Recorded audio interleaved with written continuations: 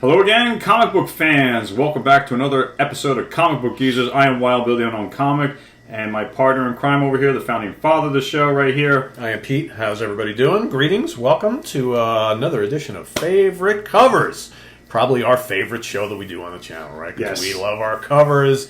And, Bill suggested a week ago, it's like, we haven't done Howard the Duck. I'm like, yes! My favorite Steve Gerber character. Yes, indeed. So you have the whole run. I have the whole run. I have some. Most of them. I have 1 through 22, with the exception. I don't have Can you tell I'm a fan, guys? I mean, come on. I love Howard the Duck. Stand up. Stand up. There's Howard in all his glory. I don't have issue 15. That's the only one I'm missing. But I have the first 22 issues. So I'm working on the run, chipping away. So we can kick it off with favorite covers. I like this one, number 6.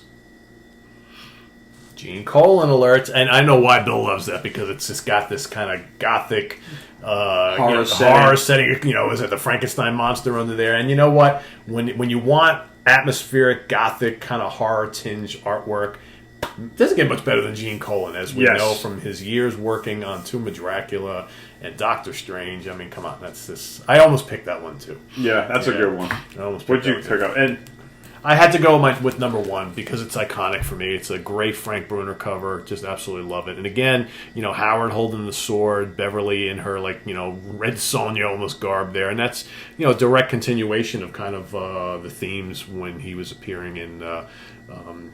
Astonishing Tales, number 19. Number 19 with the man thing, right? So, so very, very cool. Special plug with Spider-Man. Yeah, I forget to mention Spider-Man. That's all right. It's about Howard the Duck. Yes. Issue number 5, where he's going to try and take on this wrestler. Yeah, that's a good one, too. Is this number 5 or 4? Did I say it? Yeah. Number 5. Number 5, okay. So by now, Gene Colan is on the book. Yeah. It's just nice drawing.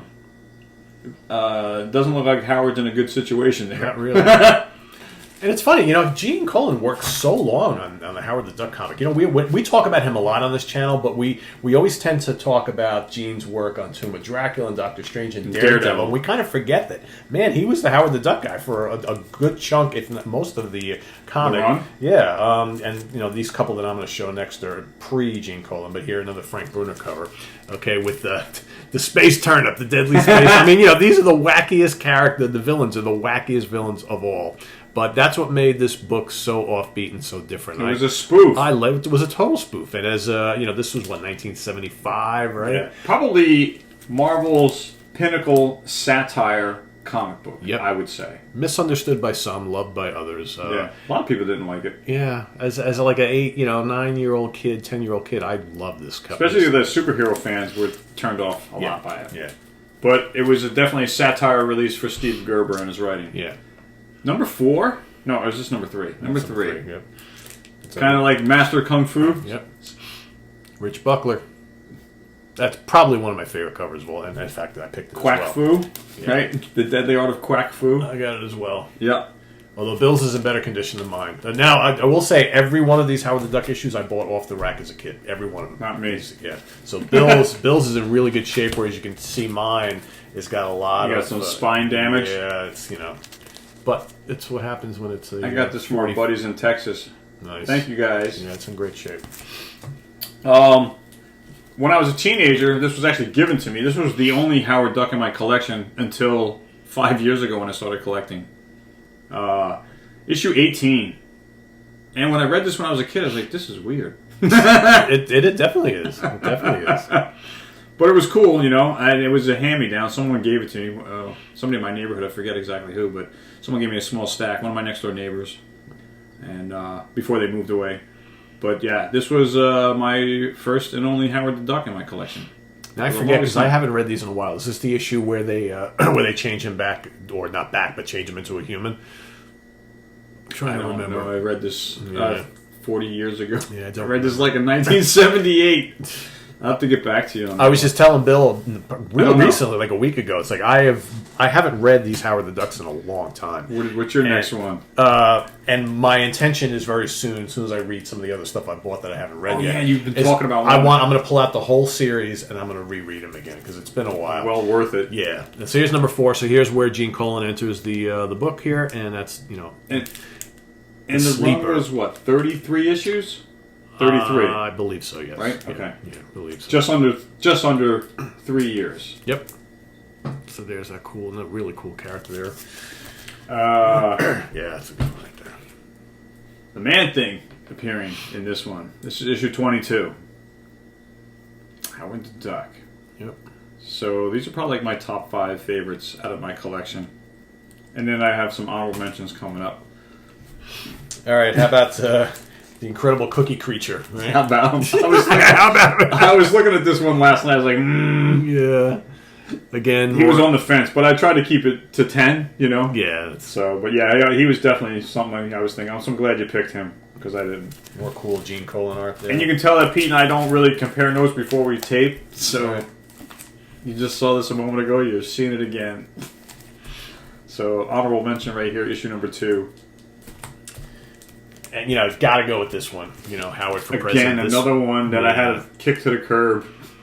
Interesting, and this is only issue number 8, so it's interesting how they went with this whole storyline, and a lot of marketing dollars went towards this back in the day. I mean, they had this whole Howard the Duck for President thing was kind of a big deal at the time in 1976.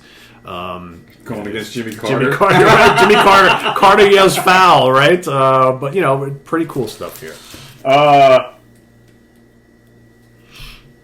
Yeah. I got this for $1. Not bad. Yeah.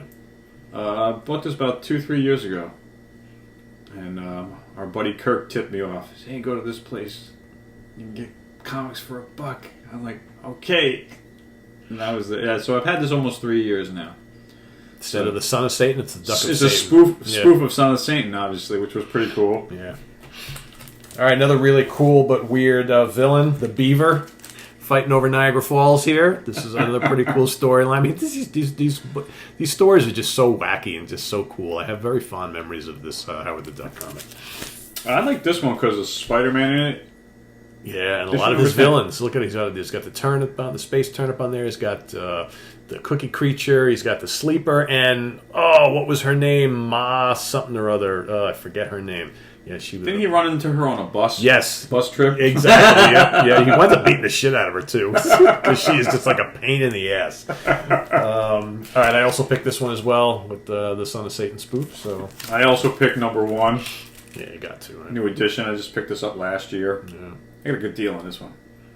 Number 1. Number 1. You know what? Can't do this without Dr. Bong. I'll give you a 2-for-1 here. Dr. Bong probably is one of his most memorable villains here. What numbers are those? So this is number 15 and number 31. Oh, so I need this was 15. Right towards the end. Yeah, this was the debut. The Mysterious Island of Dr. Bong. So, right? Did Miss Marie Severin created that character, you said? Yes, co-creator of the character, Marie Severin, yeah. So, not the island of Dr. Moreau, the island of Dr. Bong, right? It's pretty crazy stuff. We knew a guy nicknamed Dr. Bong in college. We absolutely did, yes. We absolutely did.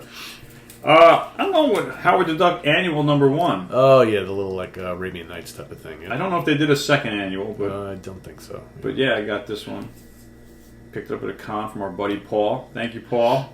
Always hooking me up. So that's my Howard the Duck comic collection for honorable mentions. I got one more. Oh, this is okay. I got one more, and I'm actually going to use this in another episode we're taping today. But how about Howard meets the Circus of Crime? And that cover, what I was going to just spit out is from the Mel Brooks High Anxiety movie poster. Yep, which is also kind of a spoof of Alfred Hitchcock's Vertigo. So, Okay. Yeah, so absolutely. And, the Circus of Crime were a pretty popular supervillain team back in the 60s. So good to get Howard. Howard would intermingle with, some of the other Marvel universe. Did you show that one? Yeah, I did. Yeah. Oh, okay. This was I would have thought that was another one. I did like a 2-on-1 with Oh, I thought that was another one in your pile. I got one more, gang. Probably my biggest Howard the Duck. Yes. Yeah. Howard the Duck Treasury Edition. With original stories inside. Yep. Teaming up with the Defenders. Yeah, so you got definitely Hulk cool. and Valkyrie and Nighthawk and Mr. Doctor Strange himself. So, yeah, there we go for Howard the Duck, gang. That's it for Howard the Duck. I hope you enjoyed this episode. I'm Wild Bill from Comic Book Geezer saying thanks for being here. Thank you for your support. Thank you for your comments and your subscriptions. Please tell your friends to subscribe if they haven't already. If they love comics, of course.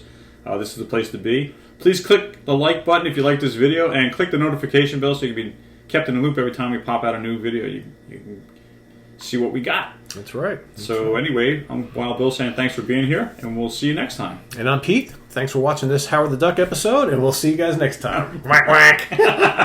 Later. Take care.